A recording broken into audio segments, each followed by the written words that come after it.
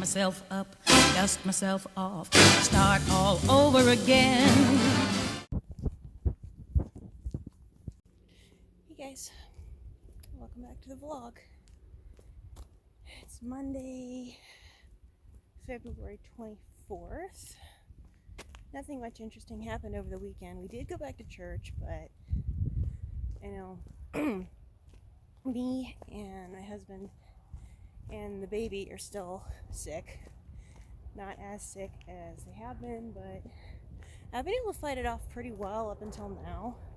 And either I caught something else, or I relapsed, or something along those lines. Still no jobs, still no housing. It's coming toward the end of February, and it's disheartening and it's depressing, and it makes us feel like useless, and I know me, it makes me feel useless and hopeless. It's like we've done everything we know to do. My husband's filled out something like 90 applications, at least 90. Maybe it's closer to 100. I'm not really sure. At any rate, it's stressful. It's very stressful. It's wearing on us. It's wearing on my parents, whose home we're staying in. It's just it's an unsustainable thing. It's just wearing on everybody. The most likely scenario at this point looks like, if we can scrape together enough money, which is rapidly running out, staying in a hotel. And that in itself is not cheap. But, what else are we going to do? Where else are we going to go? In this area, there's not even any shelters. And at a shelter, I wouldn't be able to take my dog, emotional support or not. And I've already tried living without a dog. It doesn't work. It's not good for anybody involved. Me, the dog, or anybody around me. So, sorry about the croaking.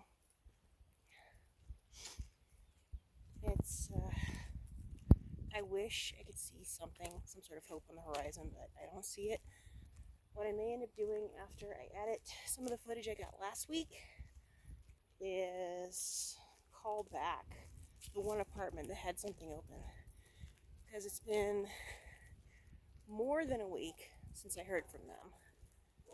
And more than 2 weeks since we almost. It'll be 2 weeks tomorrow since we submitted the application. So the fact it's taking so long does not bode well, especially given our current situation. So anyway, that's what we're dealing with. As you can see, I'm back on the local walking path. It's pretty quiet, although I see some kids out. I don't think it's a holiday, but what do I know? Maybe they're homeschooled. I was homeschooled, so no judgment there. I think after this walk, I'm going to see about editing, and then I've got the meal plan going for this week. In other news, it's extremely unseasonably hot. Well, not hot, but unseasonably warm and dry. I'm worried about what the water table is going to look like come summer, how fast everything's going to evaporate, how hot it's going to be. It's pretty nerve-wracking. So that's even more stress added. We have not gotten nearly enough snow, and it's too warm for it to stick around. It evaporates or soaks into the ground within days. So, as you can see, there's nothing around. It already looks like the dead spot between winter and spring, or early winter or late fall. Just when all the trees are naked, it just looks dead and dry. 0 out of 10 would not recommend. So, I think I'm gonna hit the halfway point and I'm gonna turn around. My chest is still kind of tight. I do have a follow-up appointment at the doctor tomorrow. One of the new meds I got works real well. The other one for my asthma, side effects, oh, they are bad.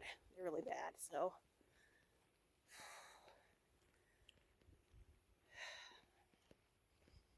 this is nice and quiet.